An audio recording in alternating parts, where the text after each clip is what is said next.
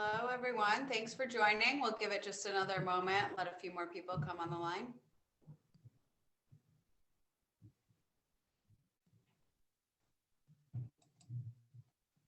All right. Good afternoon, everybody. Thank you for being with us today and welcome back to our video town hall series. My name is Jessica Proud and I will be moderating today's discussion.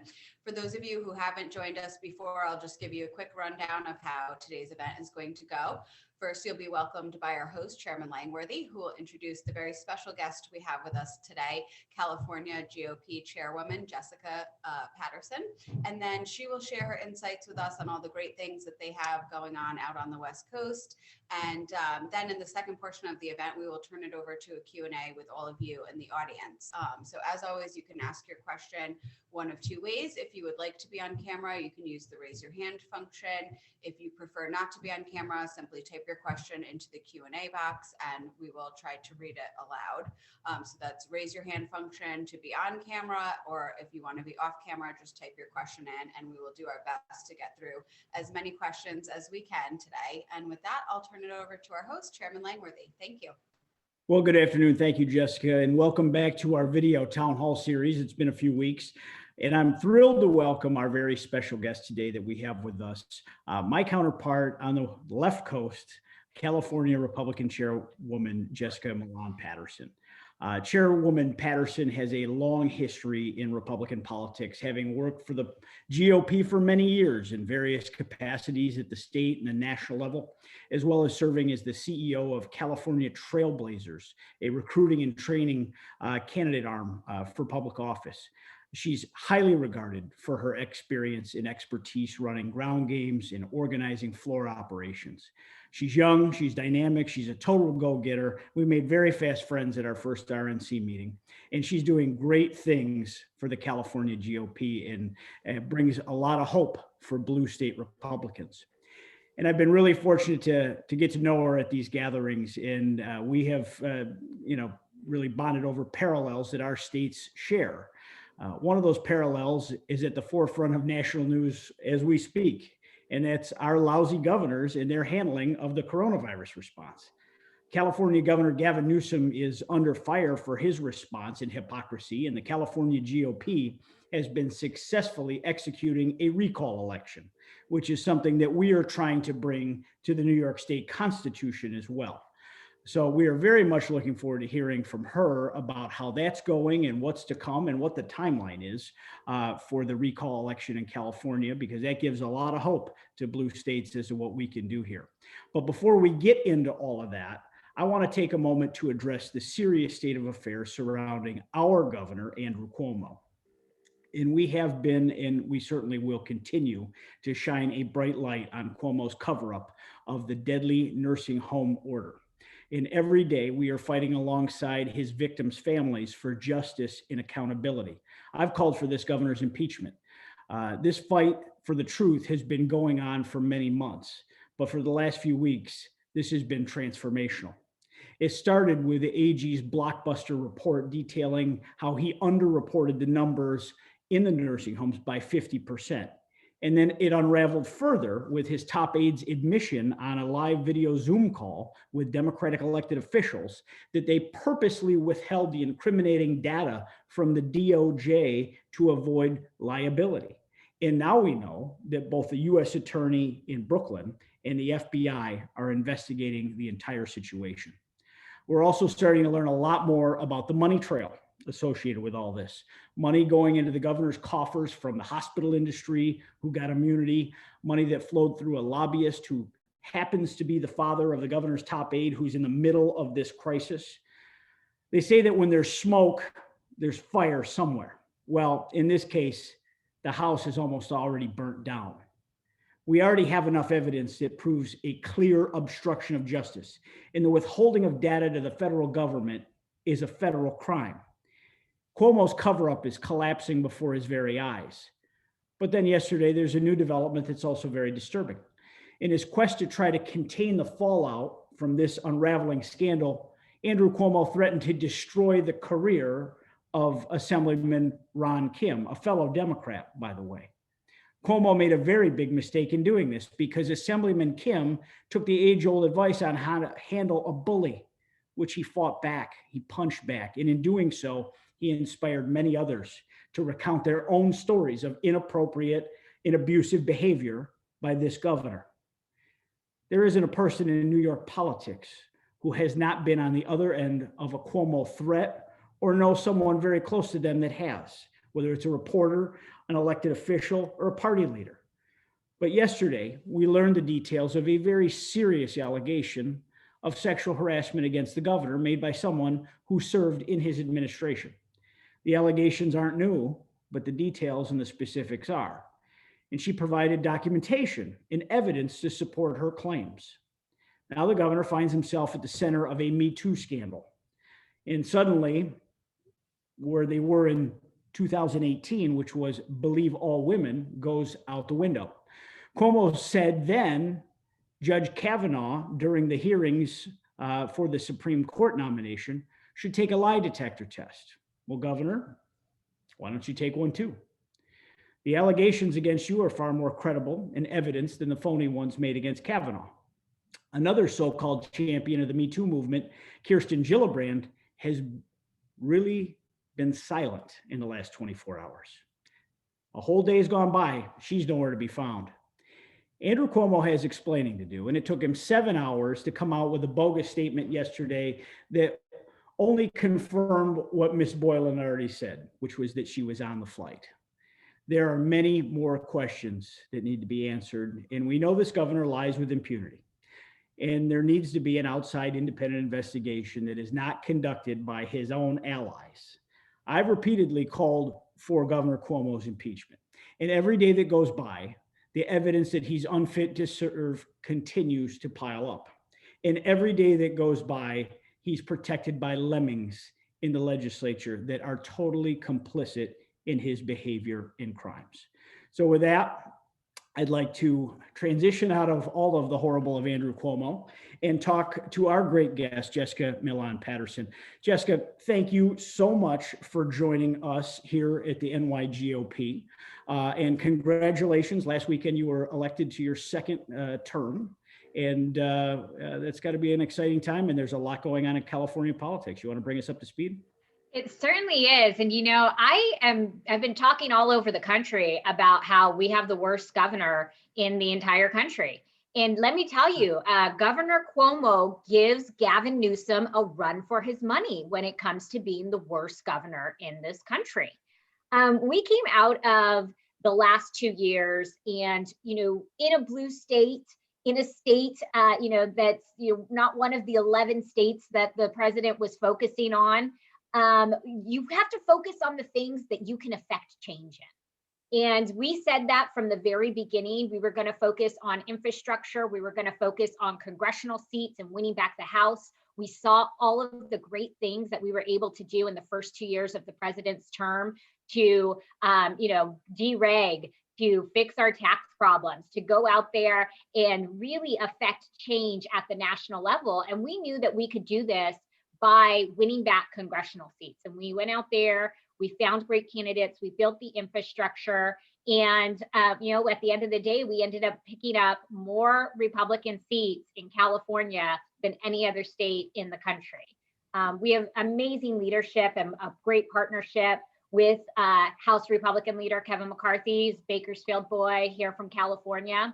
And when he recruited me to run for chairman of the party, we were very specific on what we wanted to do. We wanted to grow our party. We wanted to make sure that we were communicating our message throughout the state. We wanted to find great candidates. And building out our grassroots was critical as well to do all of those things. The first and foremost and most important thing that we had to do was we had to raise the money. We had to be able to go out there and pay for all of the grassroots activities that we wanted to do to build our party and deliver our message. So we raised $37.5 million this last cycle. We had 24,750 brand new donors to the Republican Party that had never given before. Our online fundraising was up 800%. We went out to individual donors and built an individual donor program that existed outside of Sacramento. That giving was up 420%. We're incredibly proud of what we built on the fundraising side because it allowed us to do the other things that we needed to do. Building up registration was critical. For 10 years in California, California Republican Party had lost market share.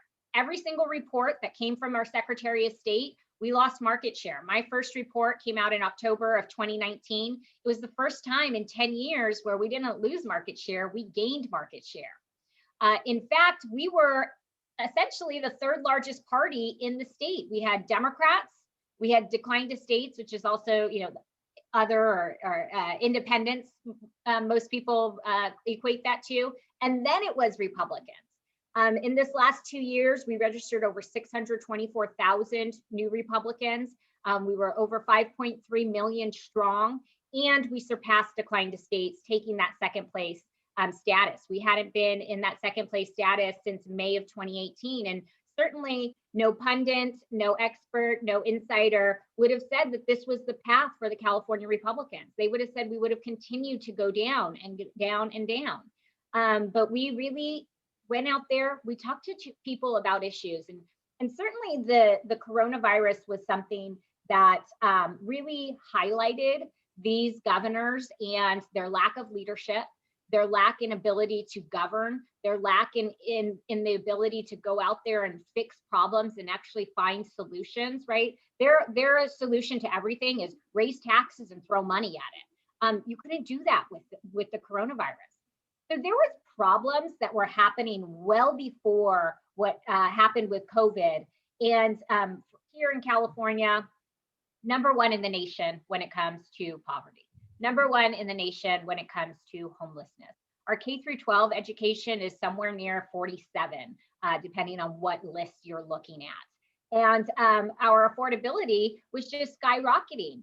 We had people who were the middle class just leaving, and that will be, I think, evidenced in the census that's coming up in now we're being pushed back to September, and we're probably going to lose a congressional seat to more business friendly, more middle class friendly states. And so we had a lot to work with, and then the coronavirus happened. And this just every single turn, our governor has failed the people of California. And coming off of 4 big wins on the congressional side, we hadn't picked up a congressional seat that was open from a Democrat in California since 1998.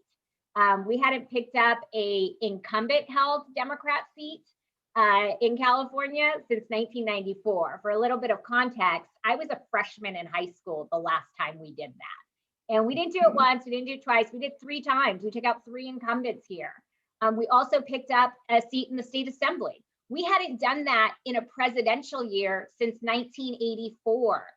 For those of you keeping track at home, I was 4 years old the last time we picked up an assembly seat in a presidential year. Every single possible headwind was there and in our face. And we rose to the challenge. We talked to people about issues that were important to them. We were not distracted by what was happening nationally. We stayed focused on California and each one of these districts. And we had great candidates that got us across the finish line. And that's what's put us in this position where we are now very close to qualifying the recall petition. Well, that is a great blueprint for a lot of our blue states. And, there's, whether it's in our Northeast caucus at the RNC, we share a lot of information, but, the areas of the country where we may not be competitive in presidential politics or haven't been in statewide elections, but we still have so many important races down ballot and we have to build up, and we're still trying to get that monkey off our back in New York, just like you are in California. Ours is a little longer since we've had a statewide Republican. We haven't won since 2002, and we're going to change that in 2022. And that's something that we're working on every single day. There's a lot of people that are very fascinated about the California recall and how it works. How does it get qualified for the ballot? And how did this start? Was it an initiative of the California Republican Party, or was this a citizens group? California and New York differ a bit. You have initiative and referendum, which I wish that we did. We don't have things like that. They have to start with the legislature, then go to referendum. So, of course, no good government policies go in that direction. So if you could kind of bring us up to speed as to how do you find yourself in this finish line that you're in. You're what, 1.4 million signatures in at this point? 1.85. Wow, that's fascinating.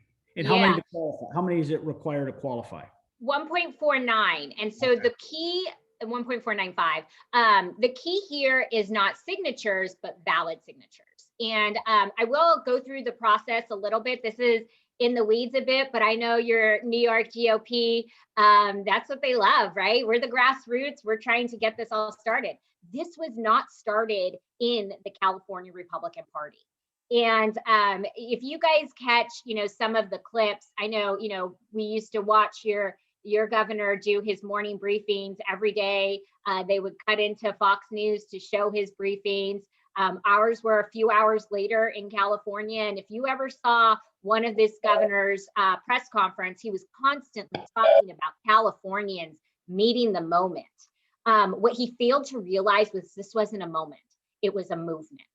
And it started in the grassroots. Our Recall Gavin 2020 organization went out there and they started this petition. The California Republican Party did support this petition early on.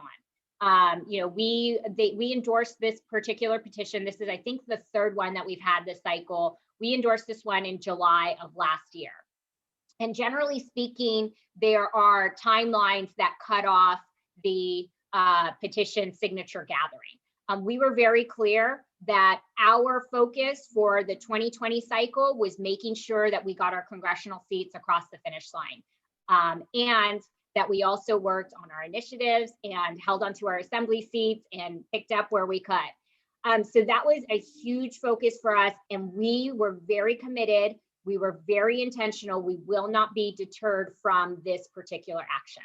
Once we got through the process of getting through the election, and then of course, you had New York 21, I had California 25 and California 21, where we went all the way to the end, right before certification. We didn't certify, I think, until December 5th, and we were counting ballots all the way up until the last day in those districts.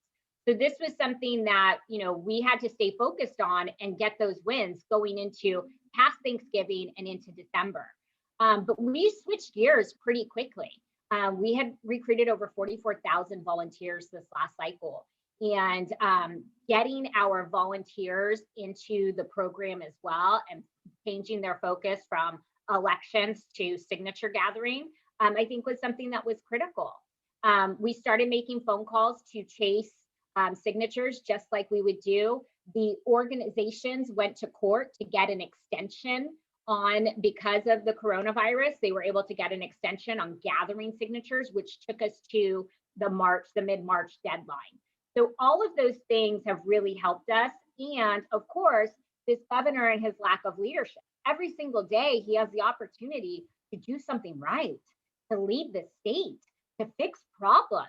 And every single day, he finds a way to fail at it. And so all of these together combined has put us in this position where we're able to qualify, and that looks very likely. We are at about an 84% validity rate. So when I talk about collected signatures versus valid signatures, we turn those into the county clerks and to the Secretary of State. And right now we're at about an 84% validity rate. And so our goal was always 2 million, but at that 1.85 number right now, we should be at enough to qualify this for the ballot. So as petitions go, is this, door to door with a clipboard, any registered voter, or is this a mail process where you mail a petition to people? How exactly does that work during COVID? So exactly. I mean, it's an all of the above approach. And, we have grocery stores out front, people lined up. There is now a paid function of this, but largely, the real big boom of this was done by volunteers and grassroots advocates throughout our state through the recallgavin2020.com organization. They went out there and they built this movement. Now we're coming in to supplement with paid signature gatherers. There's been mail that's been sent out. And then of course, our volunteers continue to call and chase those signatures to get those back in and validated so that we can get it across the finish line. But you brought up earlier, the initiatives process here in California, which happens to be one of our saving graces. Sometimes the Republican brand doesn't necessarily resonate with people when they're voting for candidates. But what we've been able to do in the legislature, to rather stop the legislature from their silly antics in Sacramento, has been critical. And we saw that play out amazingly in the 2020 cycle.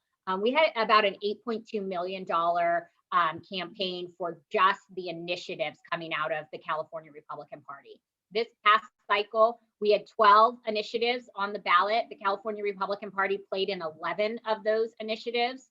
7 of those 11, we were with California voters.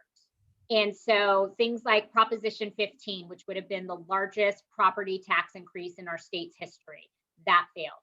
Proposition 16, which would have essentially brought back affirmative action, which is something that the legislature and this governor tried to push through again. Proposition 22, which was a direct rejection of AB 5, which is the attack on the independent contractors, specifically in the gig economy, which we're seeing now they're trying to do at the national level. We made sure that got across the finish line, and we protected independent contractors in the gig economy. Prop 25, which would have been making permanent no cash bail, which I know they've also tried in New York to get going over there. That failed. Again, a direct rejection of what this legislature and this governor has tried to push through. But the good news that comes out of that is, one, we know that on the ideas and on the issues, California voters are with us more times than they're not. California Democrats were wrong or not with California voters 66% of the time this last cycle. So what our job at the party is to make sure that we're finding candidates that can deliver this message about what they would do instead. And talking about these individuals, these California Democrats that they're electing and sending up to Sacramento, and just what they're passing when they get up there. It is certainly not a reflection of the values of most of this state. I find a lot of parallels because, in my job on a daily basis, in the interviews that we do here, I'm not out trying to achieve some right-wing ideological agenda. I mean, we're trying to get the state back to common sense. I mean, we're suffering from very similar problems, which is population loss. You're going to lose a congressional seat. We're going to lose perhaps even 2 congressional seats, taking our delegation down to the lowest point in our history, down to perhaps as low as 25. That's real people making the decision to leave. I mean, half of our citizens are heading to Florida every single day. And I know yours are going to Arizona and Texas and in all other places. But we're just trying to get this to be a state that people can continue to live. And, it's great to hear that you have a few more tools in your arsenal to hold the legislature and the governor accountable. We have almost a tyrannical government the way it's set up. We have the most powerful executive rules in America. The governor has all the power through the budget process. So we suffer with the fact that he can put policy matters in his budget and his spending plan, and they become so. And we need leadership. Well, and I think that we've seen that throughout the country with so many of these governors, right? They're abusing these executive orders in a state of emergency through the coronavirus. The unfortunate part for blue states like us is that when we have governors that are utilizing this process improperly, we take them to court, or an advocate group takes them to court, and then the legislature just goes in and backfills whatever he wanted them to do anyway. It's incredibly frustrating, and it's turned from a place where we have one party rule to one man rule, and that just really isn't effective government. It's not fair to the taxpayers that are overburdened to begin with. And, we really lack freedom in this kind of setup. And people, I think it's great to see so many people have taken up a clipboard and gone to work. What do you think was the tipping point that led frustrated taxpayers to get involved and start the recall? Because I'd imagine it's a pretty extraordinary measure It happened with Gray Davis, obviously leading to Arnold Schwarzenegger. Does this feel different than then? Do you think that, Newsom is more unpopular than, say, Gray Davis was? Are there parallels between those two moments? Yeah, so I was engaged in the recall back in 2003, and it does feel a little bit different. I don't know if it's because I'm even more enveloped in, party politics than I was at 23 years old, but certainly I feel like there's almost like a hatred, and it's more of a personal attack, right? The failures that I talked about before on his governing, whether it was our failing education system, our lack of affordability here in California, the homeless crisis that had just, skyrocketed to pandemic type of proportions. Those were all issues, right? And back in 2003 with Governor Davis, it was the energy crisis, right? And people were feeling that, but I feel like they're feeling this in a way more personal way. This recall effort, the one that we're working on now, started last year, and it was in the midst of the pandemic. And as we were going through those first few months, as everybody around the country, I think that Californians were rooting for our government to be successful on all levels, regardless of your political stripes. I felt like we were all in a place where we were coming together. It's almost, that post 9/11 type of humanity and unity, where if we all need to succeed, we need them to succeed so we all can succeed. And we were rooting for our government to do the right thing and to be successful. And as we got through it, it almost seemed like every single decision and every single turn was just not based in science. It was not based in a place where we were taking everything into account. And you talk about states like Florida, and watching the differences between a place like Florida and California, where the governors took almost the exact opposite turns, and then to have comparable numbers, it's just something that just boggles the mind. Did we have to shut down our economy completely here in California? Did we have to send our children home from school here in California? So watching, I think, one of the tipping points, and when I talk about it being so much more personal, you look at these small businesses who aren't able to facilitate being at complete capacity. They're working at, 25%, 50%. Some, are still no indoor dining with our restaurants. I'm working out in the parking lot of my gym. These types of things where certainly they've lost business from it. Certainly it is not their original business model. And this is something that's really hurting them as organizations. And then you have the, compacting that with, children not being able to go to in-person learning. And, our youngsters that are sitting in front of a screen for a few hours a day, the asynchronous versus the synchronous, it's just a challenge, and parents still trying to work while their children, need help with their schoolwork. I think all of these things, and then it's compounded by the hypocrisy, right? Governor Newsom's telling us not to go and have, Thanksgiving with our families and Christmas with our families. And then he's out at the French Laundry. And it's not just any restaurant. He's not at the Applebee's, right? He's in one of the most expensive restaurants in the country with a $12,000 wine tab, with no mask, just, hanging out with his buddies while he's telling us all, don't have a dinner at your house with more than 3 families. And, it's the hypocrisy. These children, it's not safe for them to go back to school, or these teachers to go back to school, but I'm going to send my kids to in-person private school. Here in Los Angeles, on the cover, I think it was the Daily News, there was a picture a few months ago of these 2 Latinos in front of the Taco Bell, little boys. They had their school issued computer, and they're trying to get the Wi-Fi for their remote learning.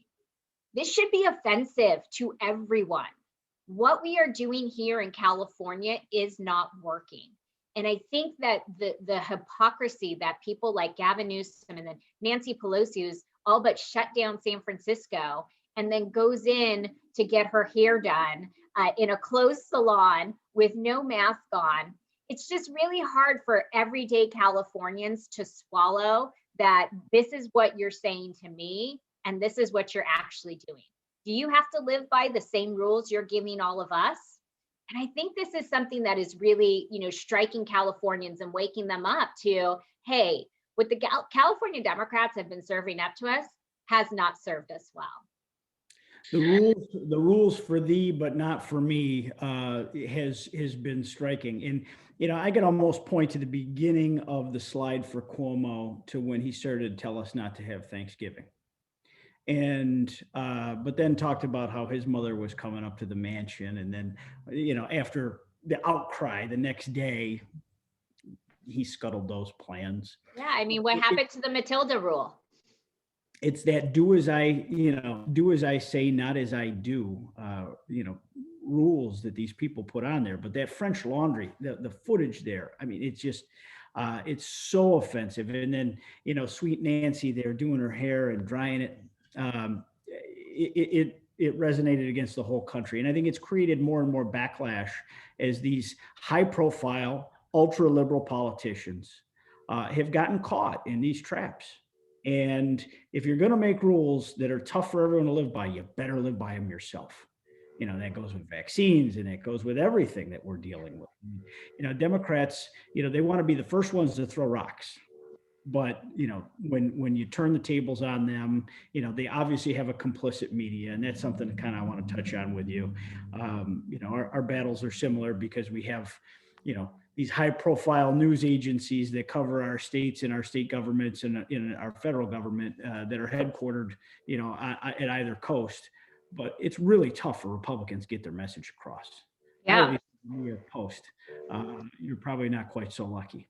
But it is really difficult. And then, so many of us have implemented social media as additional ways to get our message out. But I will say that, we either have censorship or pocket censorship.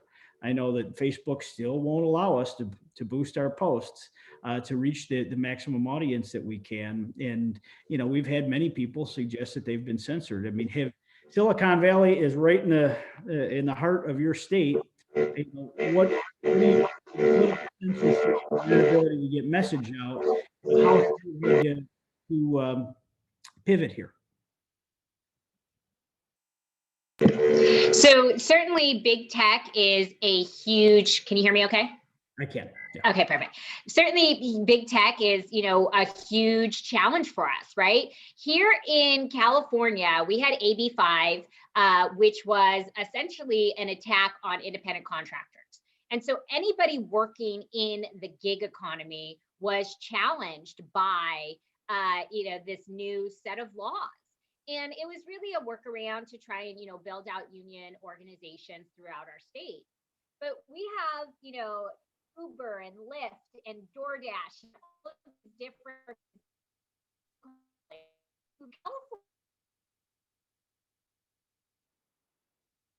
She's freezing up a little bit.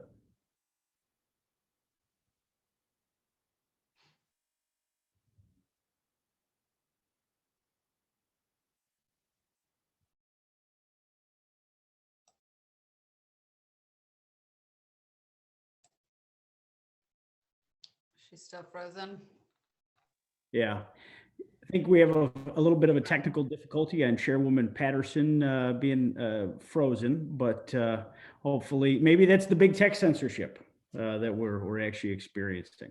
But it happens. We're using the technology to our best ability, and it has allowed us to reach a very wide audience through our Facebook Live platforms as well as Zoom technology. But we get a glitch from time to time, so we'll just continue to pivot.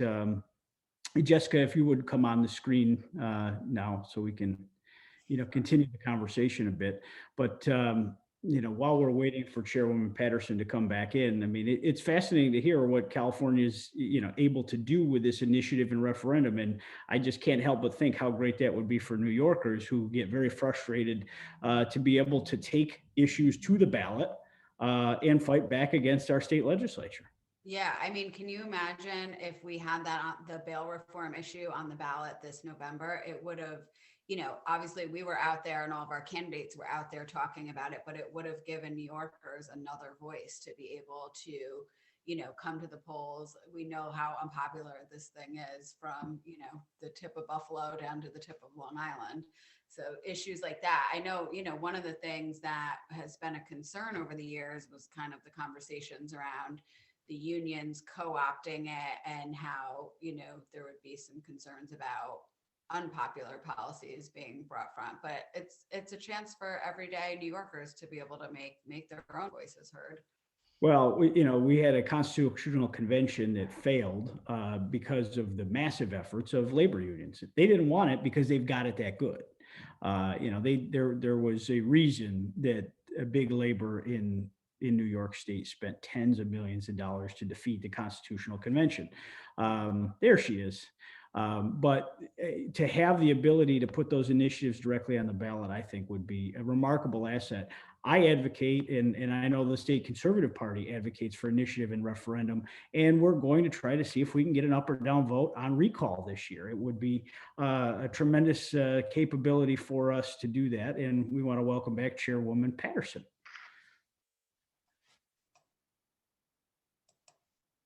Can't hear her quite yet. Her mic's on. Yeah. Little technical snag. I'm sure that we'll figure it out. But I just think what people could have accomplished last year with the bail and discovery reform put on the ballot for everyone to strike up or down. It would certainly bring much more accountability to the New York State legislature. That's for sure. Yeah, I think they would be fearful about passing some of this stuff that, they kind of think that they can get away with. And, with such a New York City dominated agenda that, voters across the state they'd have to be accountable to as well. Mm-hmm. Well, we are, Chairwoman, can you hear us? But we can't hear you.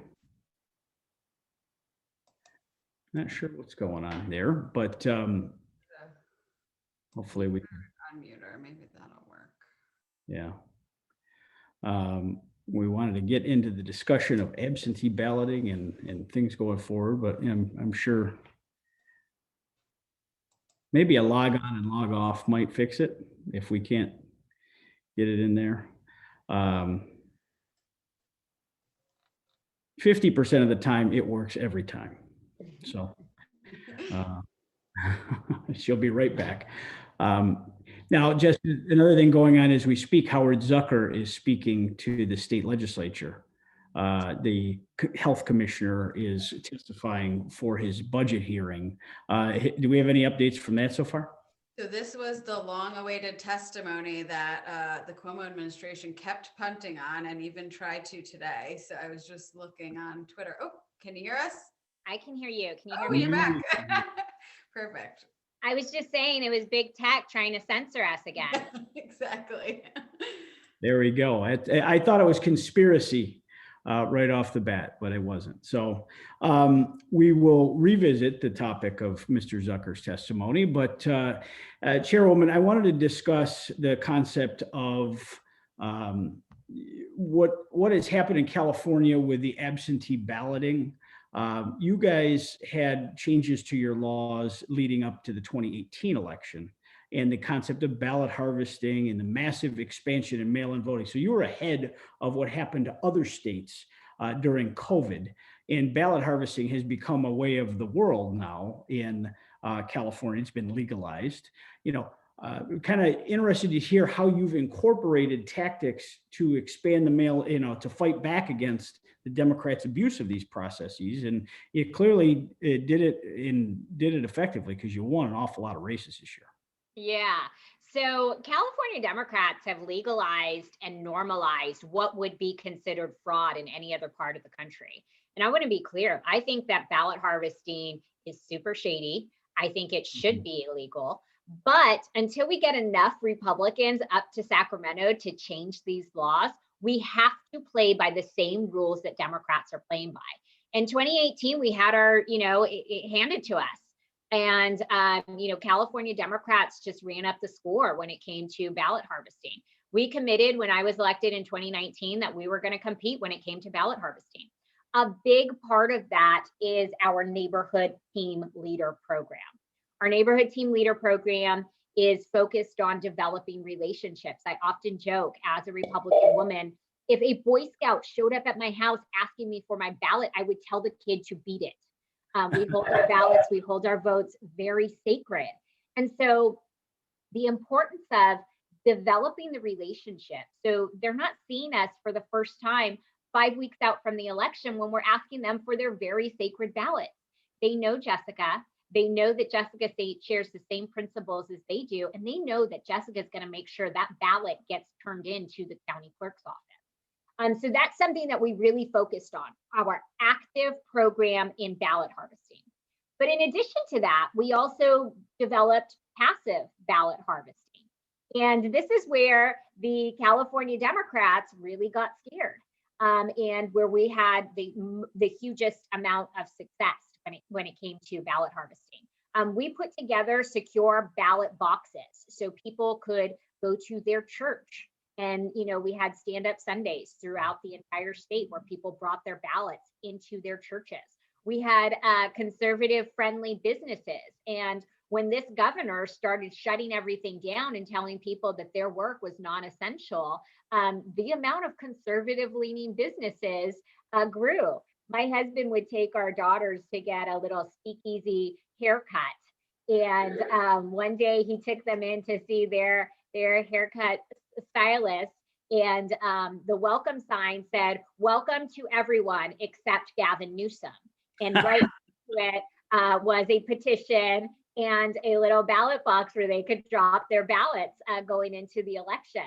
So this is something that we took an active role in. So much so that the Democrat Attorney General, the Democrat Secretary of State, the Democrat Governor tried to intimidate us, tried to bully us, tried to tell us what we were doing was illegal, when in fact, California Democrats were doing the same exact thing. They weren't mad that we were out there and we were doing ballot harvesting as they were doing. They were mad that we were playing their game and finally beating them at it. In California 39, which is the district that now Congresswoman Young Kim represents, we had one church in Chino Hills that collected over 12,000 ballots. This is something that was critical to our success. And when you win a seat, like we did with my Congressman, Mike Garcia, by 300 votes in the general election, you know that every single one of these programs made a difference. But I highly encourage, if your state is not doing ballot harvesting right now, you need to make sure that it doesn't come across the finish line. This is something that has not been good for the integrity of our elections.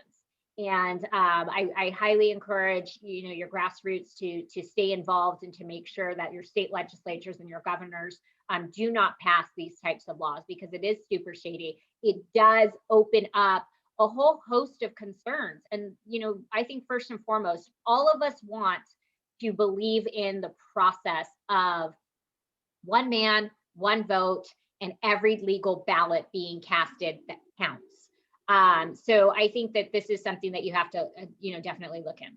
As far as the mail ballot side of things go, here in California, we had no excuse absentee ballots, but you had to request them. And then, we went into, and this was something that was being planned for years before, I think it's a total of 2 years before we actually went into action, where several counties would move to an all mail ballot system where we had these vote centers that were opened up throughout the month leading up to the election. And so we actually, pre-pandemic, our primary was March 3rd. We actually were able to test our ballot harvesting and neighborhood team leader program in that March primary in huge counties like Los Angeles County and Orange County that went to all mail ballots. This prepared us enormously before when we were in a shutdown order and we had two special elections, and Senate District 28, which is in Riverside County, Southern California area, and then California 25, which was the open district that disgraced Congresswoman Katie Hill resigned from. So, having in place we had already tested all of our programs, and then going to full mail ballot in both of those specials. And then, of course, that was expanded statewide. I think that we as Republicans need to not be afraid of the challenges that are thrown our way, but we do have to prepare, and we do have to go out there and not lay down and take the fight to Democrats. I think that we can, we see places like the Believers who wouldn't normally vote, who don't like to get involved with politics.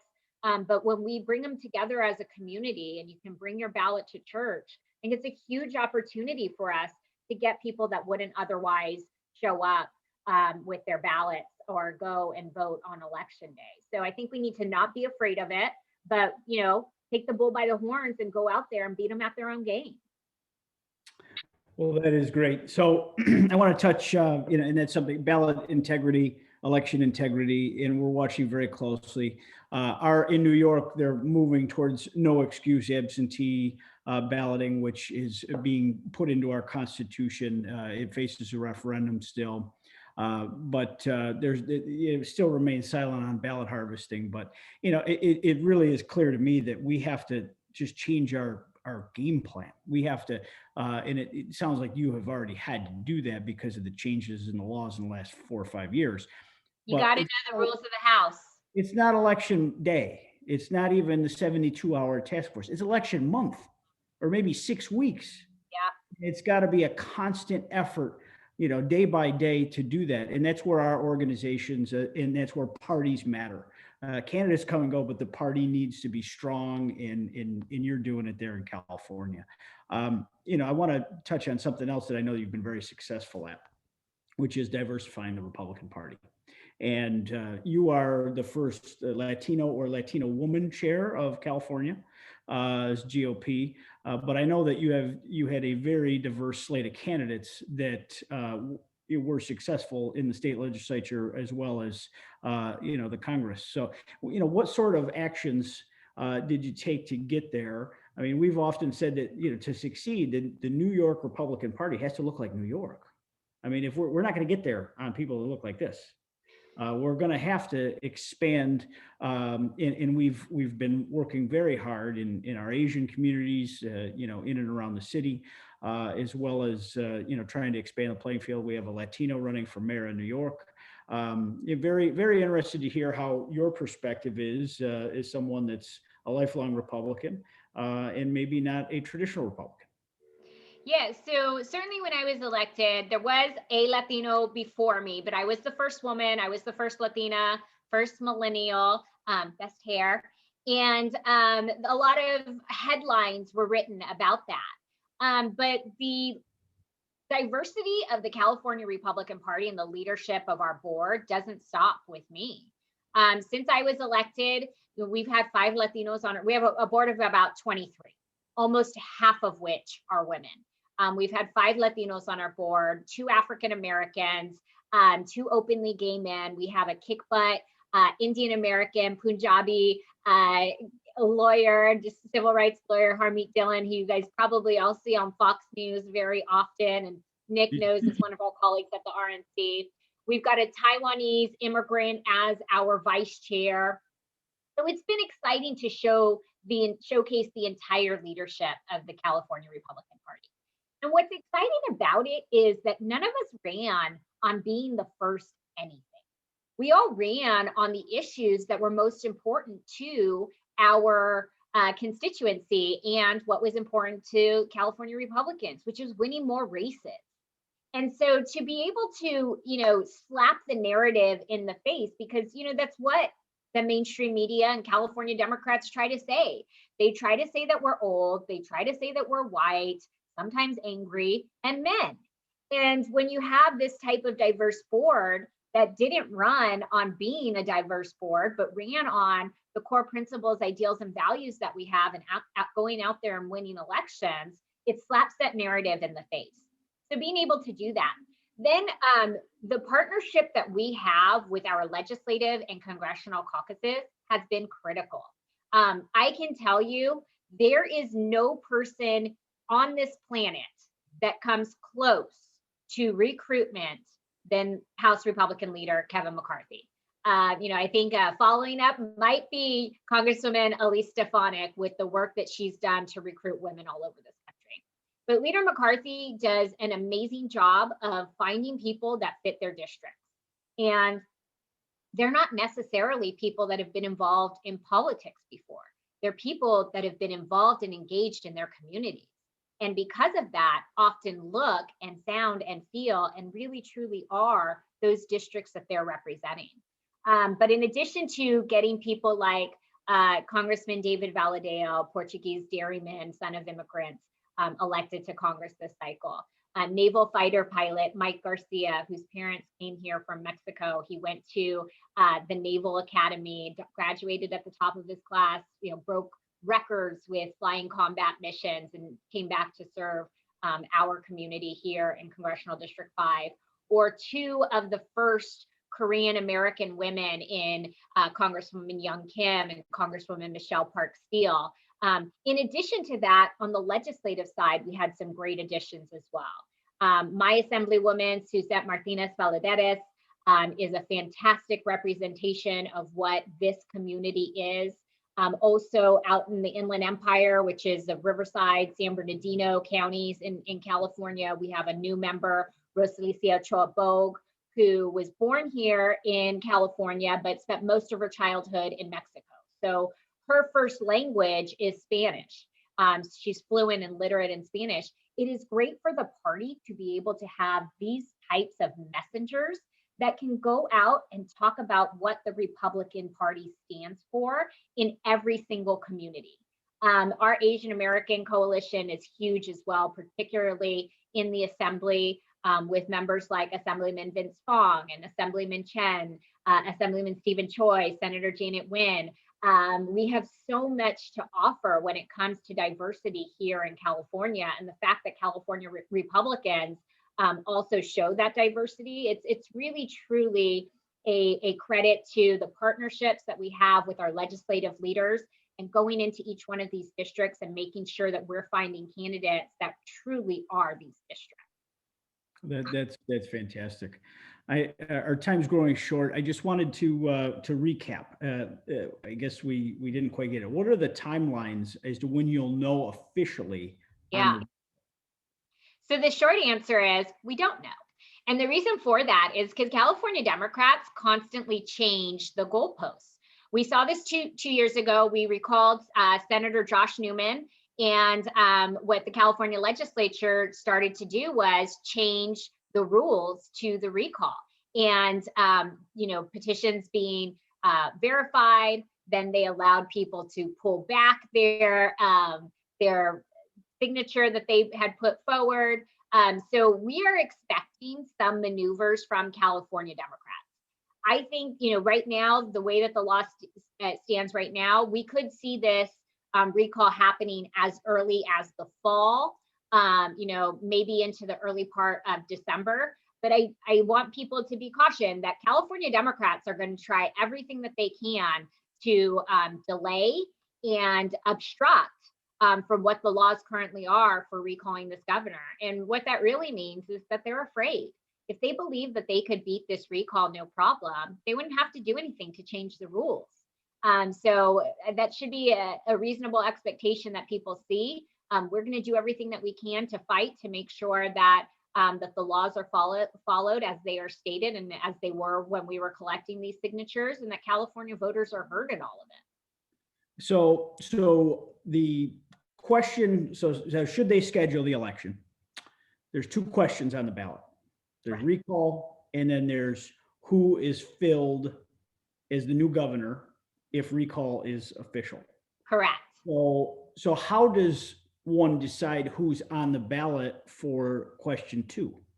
Yeah, so that would be the same type of process for a regular election. And we already have a few Republicans that are in the race. Republicans with some amazing credentials.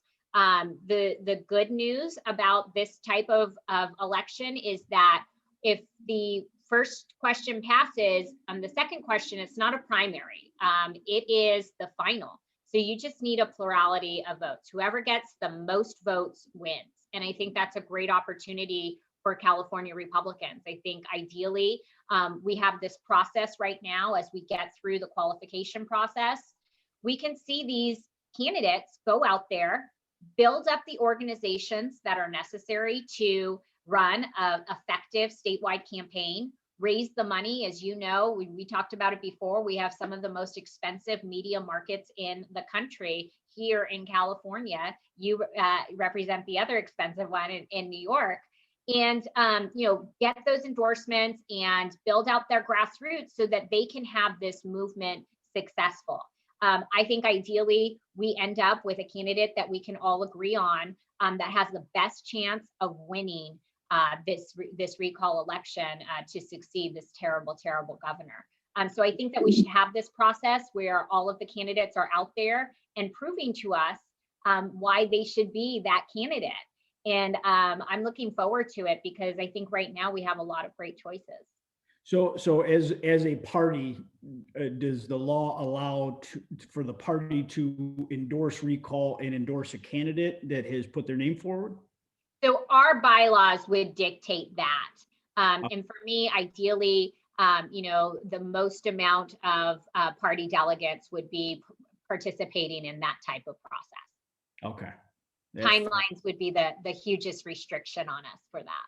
That is a very interesting form of governance. And I think of possibilities that could be there for us as New Yorkers if we had recall. And before, the scandal really started to unfold with the nursing homes, we were calling for New York to bring recall to the table because so many business people in New York have had to go to court to get satisfaction, to free themselves from the chains that this governor has put our economy in.